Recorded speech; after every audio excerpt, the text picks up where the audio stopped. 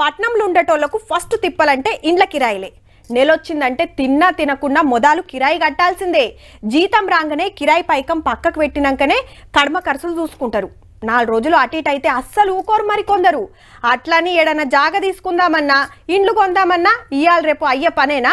లక్షల రూపాయలు పెట్టి కొనలేక 1000 రూపాయల కిరాయిలు కడుతున్నారు.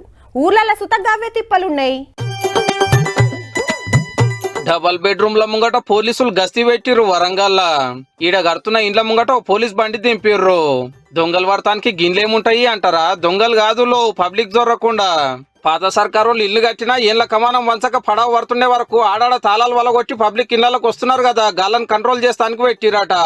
తెలంగాణ వచ్చిన కొత్తలో పాత సీఎం కేసీఆర్ సారు వరంగల్ హన్మకొండలో 5000 డబుల్ బెడ్రూమ్ ఇల్లు కట్టిస్తాని మాటిస్తే గుడిసెలు ఖాళీ చేసి జాగలు ఇచ్చిర్రు పేదోళ్ళు. కానీ ఇన్నేళ్ళైనా కట్టినవి 2000. అవి కూడా వంచకుంటే ఇళ్ల చుట్టూ పిచ్చి మొక్కలు మొలుస్తున్నాయి.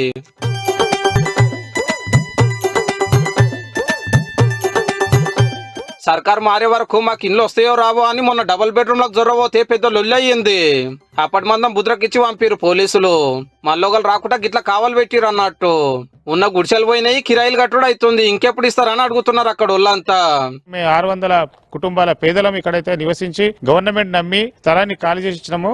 నమ్మినట్టుగానే ఇచ్చి వాళ్ళు కట్టించి ఇచ్చారు, కానీ మా చేతులకు ఇవ్వడానికి ఎందుకో ఇబ్బంది పడ్డారు. కాబట్టి ఇప్పటికైనా ఇండ్లు ఇవ్వాలని చెప్పేసి కోరుకుంటున్నాము. ఫోర్స్ పెడితే మేము తీసేసినాం, కట్టించి ఇస్తారని. ఇప్పుడు ఆ ఇండ్లు పూర్తయి కూడా 10 సంవత్సరాలు అవుతాయి. 10 రోజులలో ఇస్తే సంతోషపడతాం. ఈ వచ్చిన కొత్త ప్రభుత్వం అన్న స్పందించి మమ్మల్ని అలా పంపిస్తే. కొత్త సర్కార్ అన్న మా తిప్పలు చూసి జల్దీ ఇండ్లు వంచాలని కోరుతున్నారు.